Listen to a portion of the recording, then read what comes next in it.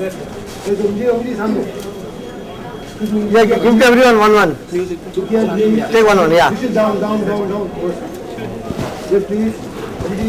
हाँ जी। Yes, boss. तो पूरी फिल्म उसके बारे में है और उनके साथ क्या होता है, how he pursues his career further.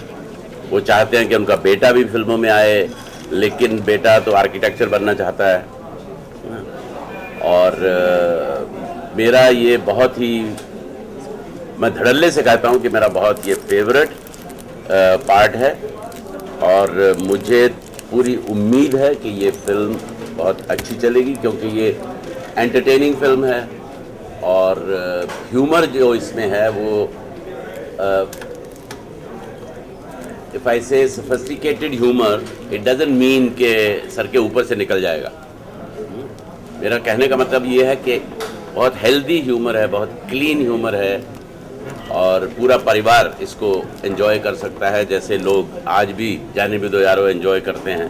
और जैसा कि आपको पोस्टर से भी अंदाज़ा होगा that it is a fun film and I am most certain that this film is going to do very very well. Music मैं इसमें गाने भी गाता हूँ, जैसा कि आप देख सकते हैं कि जो अपनी हिंदी फिल्मों में हीरो लोग गाते हैं, तो मैं बुढ़ापे में अभी गा रहा हूँ और नाचता भी हूँ। और म्यूज़िक इन भाइयों ने दिया है, इट्स वंडरफुल म्यूज़िक और इसमें 70s की झलक है, क्योंकि ये it is set in 70s। और मुझे म्यूज़िक के बारे में इतना ज्ञान नहीं है, एक्सेप्ट कि मैं ये कह सकता हूँ दैट आई एन्जॉयड इट। और सुनने में you know there's a lot of rhythm, there's a lot of you feel like dancing on it, so it's a wonderful music which you will hear soon. देखिए, ये हालांकि अंग्रेज़ी film है, लेकिन अंग्रेज़ी ऐसी नहीं है कि बहुत कठिन या बहुत मुश्किल, और दूसरे क्योंकि एक्शन इतना ज़्यादा है तो जिनको अंग्रेज़ी नहीं भी आती तो उनको भी समझने में कोई दिक्कत नहीं होगी। हम लोग ने डिसाइड किया था कि ये फिल्म का जो म्यूज़िक है 1970 और 1980 के बीच का म्यूज़िक होएगा, क्योंकि ये जो फिल्म स्टार करण कुमार हैं, किंग ऑफ बॉलीवुड, ओम पुरी जी जिसका किरदार निभा रहे हैं, ये उस टाइम में उसका सबसे बड़ा पीरियड था। तो उस टाइम के गाने और उस टाइम का म्यूज़िक, वो स्टाइल लेके हमने ये पूरी म्यूज़िक बनाया। हमारे म्यूज़िक डायरेक्टर आशुतोष पाठक और संजय दिवेचा ने रिसर्च किया उस टाइम में क्या इंस्ट्रूमेंट्स यूज़ होते थे, उस टाइम में किस तरह के रिदम्स होते थे, म्यूजिकल ऑर्केस्ट्रेशन होते थे, और फाइनली हमने डिज़ाइन करके उसको थोड़ा एक मॉडर्न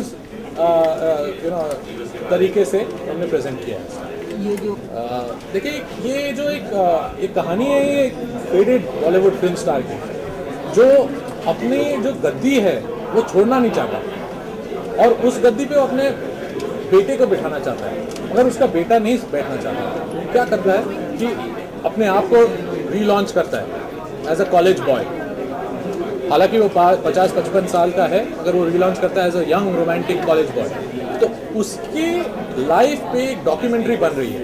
और वो डॉक्यूमेंट्री एक फॉरेन डॉक्यूमेंट्री फिल्म मेकर जो है, इंग्लैंड से आई है, सोफी डाल, वो कर रही है।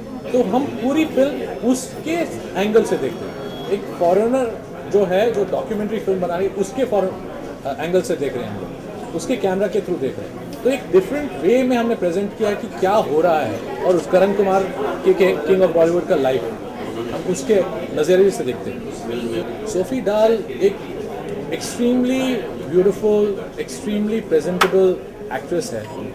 हालांकि ये पहली उनकी पिक्चर है, मगर उन्होंने कुछ शॉर्ट फिल्म्स और काफ़ी एड्स किए हुए हैं, और मतलब प्रेस और कैटवॉक पे तो वो छाई हुई है पूरे मतलब वर्ल्ड में। तो उसको लेके हम लोग ने ये फिल्म इसलिए बनाई क्योंकि उसके जो एक हाव भाव था, उसमें एक नर्वस एनर्जी थी जो मेरे को टैप करनी थी इस रोल के लिए। वो मुझे एकदम भाई, तो मैंने सोचा कि इसी को हम लोग यूज़ करें और इसी से हम लोग काम निकालें। और उसने मतलब सोफी ने जी जान लगा के रात दिन करके हमारे साथ काम किया, and she is given us a great performance. एक लिमिटेड रिलीज होगी हिंदी में, एक लिमिटेड रिलीज। हाँ, काफ़ी ज़्यादा प्रिंट्स नहीं होंगी हिंदी में, एक लिमिटेड रिलीज होगी। देखिए इसमें क्या है, बॉलीवुड का स्पिरिट हमने दिखाया है। एक तरह से नेगेटिव भी आप सोच सकते हैं, एक तरह से पॉजिटिव भी सकते हैं। बॉलीवुड का जो स्पिरिट है एक नेवर से डाई स्पिरिट है, जिसमें वो कभी हार नहीं मानता।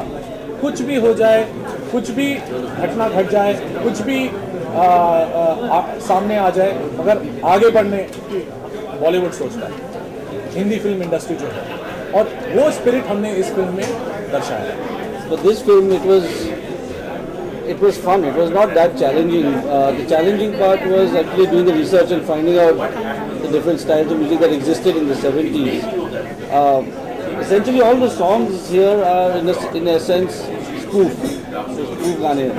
तो एक आदि बर्मन स्टाइल का है, एक एकदम लेट 70s, एक 80s ऐसा सब. So it was a lot of fun to do because we took Bollywood from different times and did what we felt like doing with it. So it was fun. Well, Piyush had given us the script, so we had studied the script, and he had a good idea of where the song needs to be in the scene. So, and it dictated what kind of song it would be, the mood of the song. And we had a very clear idea of what he wanted to do with the music because he thought of it while he was writing the script. So each one of the songs, we had a very good brief. He told us I want something like this, something like this, something like this. Now make it work together. So it was more of the melodies, of course, we wrote, but it was more of a production challenge, production job, putting the whole thing together, to arranger's job. It's different. काफ़ी unique है, जैसे सबने बोला कि 70s और 80s में based है, I would say it's more rhythmistic, it's more live. हाँ, काफ़ी इसके ऊपर डिफरेंट स्ट्रेटेजी के साथ कर रहे हैं, नॉर्मल स्ट्रेटेजी नहीं रखेंगे, क्योंकि ये फिल्म एक बॉलीवुड का बहुत बड़ा हीरो नहीं है इसमें। यस, एक एक्टर बहुत बड़ा है बॉलीवुड का, लेकिन जिन्होंने कभी गाने या कभी डांस शायद as far as I remember नहीं किया, तो इसलिए यूनिक स्ट्रेटेजी तो बनाना पड़ा, वो आपके सामने धीरे धीरे आ जाएगी। रन ऑफ द मिल नहीं बनना चाहते इसलिए शायद, और आई ड्रीम के साथ ये हमारा पहला फिल्म है, डेफिनेटली वो काफ़ी फिल्में प्रोड्यूस कर रहे हैं, तो एक साथ भी चाहिए था। दूसरा, क्योंकि ये यूनिक फिल्म है, और अगर फिल्म हिट होती है डेफिनेटली म्यूजिक बहुत बिकेगा। It's not a myth, it's nothing, it's a proof, and we have a very big votes on this.